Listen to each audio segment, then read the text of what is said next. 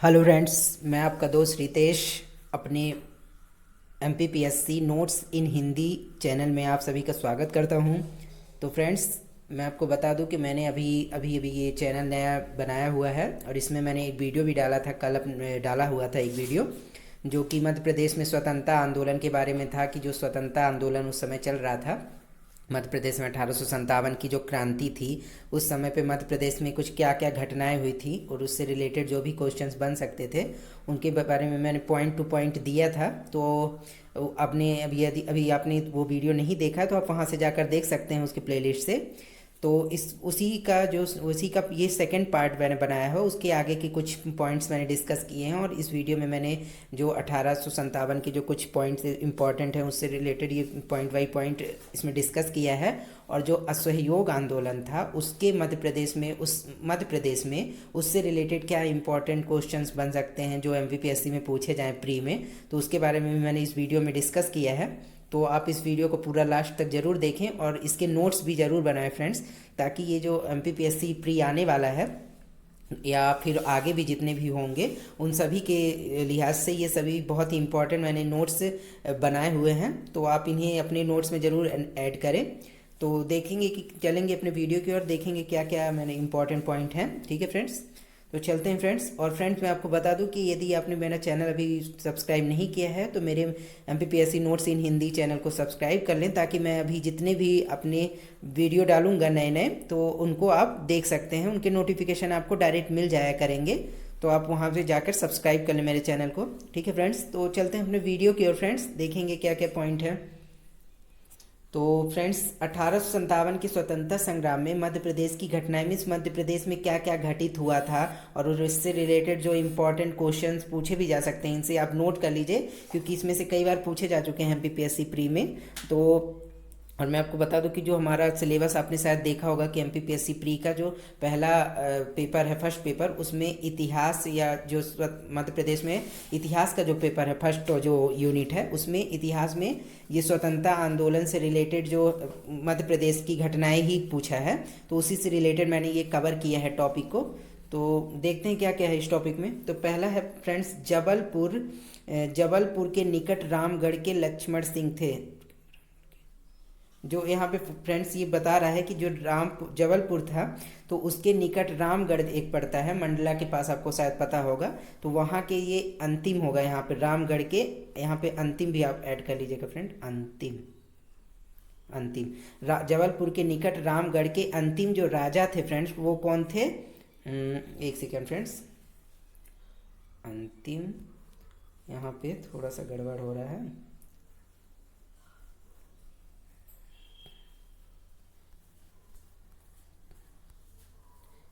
अंतिम राजा, हाँ, तो जबलपुर के निकट जो रामगढ़ पड़ता है फ्रेंड, मंडला के पास, तो वो अंतिम राजा वहाँ के कौन थे? तो वो थे लक्ष्मण सिंह।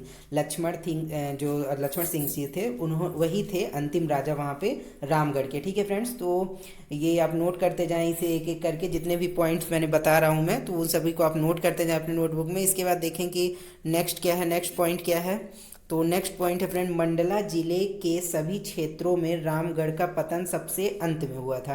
जो मैं उस समय 1857 का स्वतंत्रता संग्राम जब चल रहा था फ्रेंड, तो उस समय अंग्रेजों ने जो जो राज घराने थे उन सभी को अपने जब्त कर लिया था, मीन्स वहाँ पे कब्जा कर लिया था और या तो बहुत आक्रमण कर दिया था सभी जगह पे। तो उसमें से मंडला जिले के जो सभी क्षेत्र थे, मतलब जहाँ पे राज परिवार रहता था, जो राजा होते थे, तो वहाँ पे रामगढ़ का पतन, जो रामगढ़ का जो क्षेत्र था और वहाँ पे जो राजा थे उस क्षेत्र के रामगढ़ का पतन सबसे अंत में हुआ था, मीन्स लास्ट में ही, सबसे ज़्यादा लास्ट में रामगढ़ का पतन हुआ था। बाकी सारी चीज़ें जो वहाँ पे कब्जा कर लिया था अंग्रेजों ने, लेकिन रामगढ़ का पतन सबसे लास्ट में हुआ था। इसको सबसे लास्ट में ही अंग्रेजों ने इसको हासिल किया था। ठीक है फ्रेंड्स, इसके बाद हम देखेंगे नेक्स्ट पॉइंट क्या है। तो नेक्स्ट पॉइंट फ्रेंड, रीवा जिले के विद्रोह का झंडा रणमत सिंह, श्याम सिंह, धीर सिंह और पंजाब सिंह, ठीक है फ्रेंड, इन चारों ने ही उठाया था। मीन्स जब विद्रोह हो रहा था 1857 का, ठीक है फ्रेंड्स, तो उस समय पे रीवा जिले का जो विद्रोह का झंडा किसने उठाया था? तो रणमत सिंह थे, श्याम सिंह और धीर सिंह और पंजाब सिंह जो थे, इन्होंने ही उस समय पे विद्रोह का झंडा उठाए रखा था। कहाँ पे? रीवा में। ठीक है फ्रेंड्स, मध्य प्रदेश का जो रीवा जिला है और संभाग भी है, तो वहाँ पे इन चारों ने झंडा उठाया था, विद्रोह किया था। ठीक है फ्रेंड्स, अंग्रेजों के खिलाफ। और इसके बाद अगला पॉइंट है, इंदौर में विद्रोह के नेता थे। कौन थे विद्रोह के नेता इंदौर में फ्रेंड्स? तो सादत खान, वंश गोपाल, अरविंद सिंह, भागीरथ, नवाब वारिस मोहम्मद, मौलवी अब्दुल समद, ये सभी जो थे इंदौर में विद्रोह के नेता थे। जब 1857 का विद्रोह चल रहा था तो इन सभी ने इंदौर में विद्रोह किया था। किसके विरुद्ध? तो अंग्रेजों के विरुद्ध इन सभी ने विद्रोह किया था। ठीक है फ्रेंड्स, इसके बाद देखेंगे कि जो नेक्स्ट है क्या है। तो नेक्स्ट पॉइंट है, महू में क्रांतिकारियों का मुखिया मुराद अली था। जो महू है फ्रेंड्स, आपको मैं बता दूं कि महू जो एक है इंदौर के पास ही, ठीक है ना फ्रेंड्स, महू। तो वहाँ पे क्रांतिकारी जो थे, जो विद्रोह कर रहे थे अंग्रेजों के खिलाफ, तो उनके जो मुखिया कौन था? तो मुराद अली।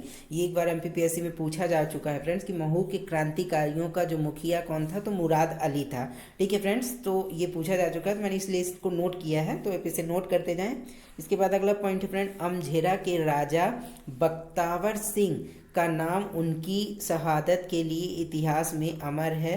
वे मालवा के पहले शासक थे जिन्होंने अंग्रेजों की सत्ता का अंत करने, जनमानस की भावना को असली जामा पहनाने का काम किया। तो इसमें बता रहा है कि फ्रेंड कि जो अमझेरा के राजा थे एक बख्तावर सिंह, अमझेरा एक जो उनका क्षेत्र था, वहाँ बख्तावर सिंह नाम के एक राजा थे।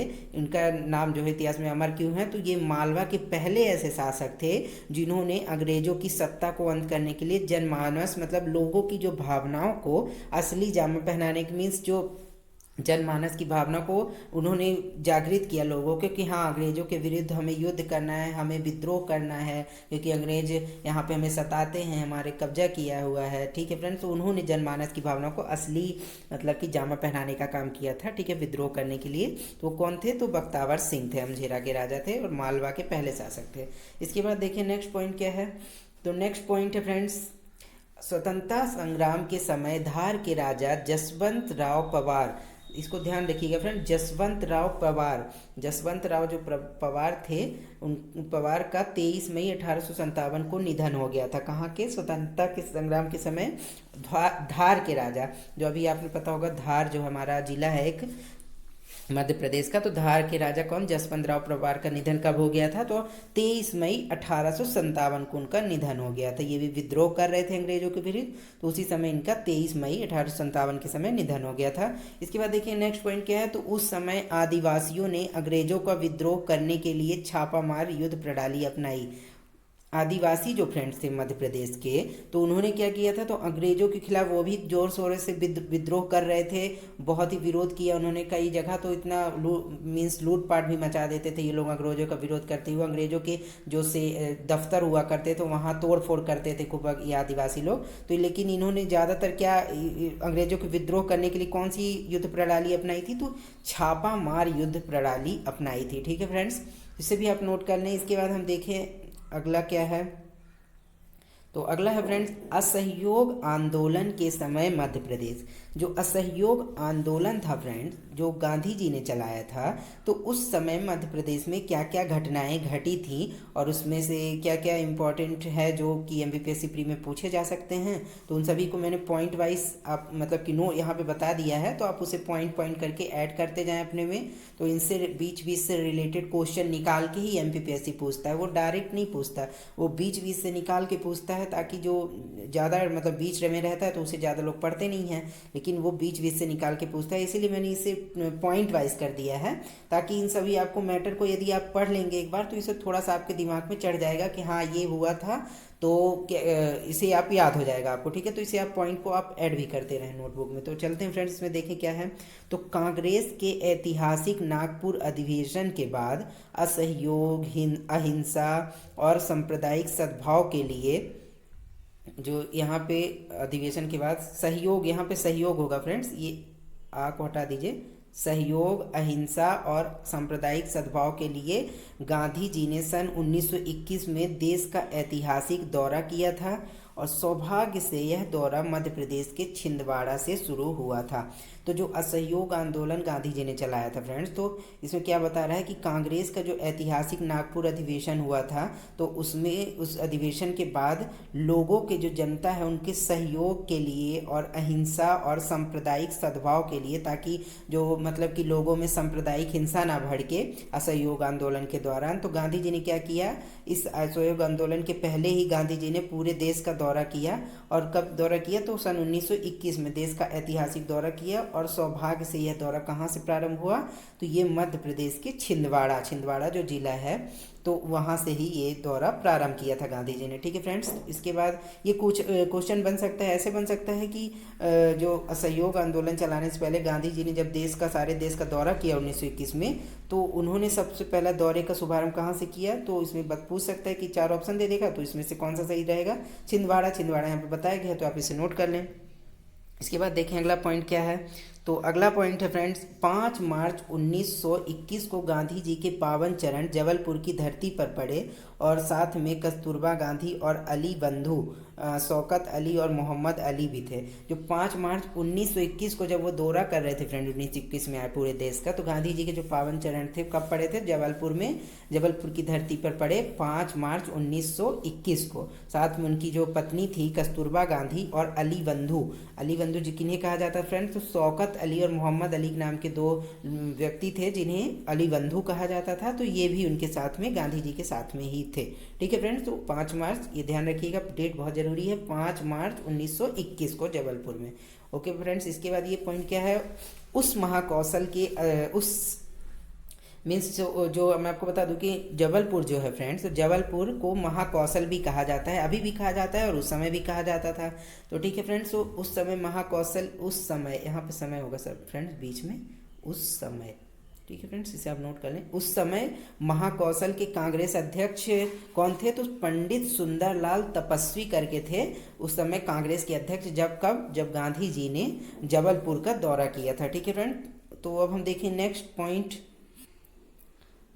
है फ्रेंड्स, जबलपुर में असहयोग आंदोलन का नेतृत्व किसने किया था फ्रेंड, तो केसरी सेठ गोविंद दास ने किया था जबलपुर में असहयोग आंदोलन का नेतृत्व। और केसरी जो सेठ गोविंद दास थे उनके गुरु कौन थे, तो पंडित विष्णुदत्त शुक्ल जी थे जो उनके गुरु थे। ठीक है फ्रेंड, केसरी सेठ गोविंद दास के। इसके बाद हम देखेंगे ये पॉइंट क्या है, तो कर्मवीर, लोकमत, कौशल, स्वतंत्र हिंदुस्तान तथा युगांतर आदि जो समाचार पत्र थे फ्रेंड्स, वो कहाँ से प्रकाशित होते थे, तो वो महाकौशल या जबलपुर से ही प्रकाशित होते थे।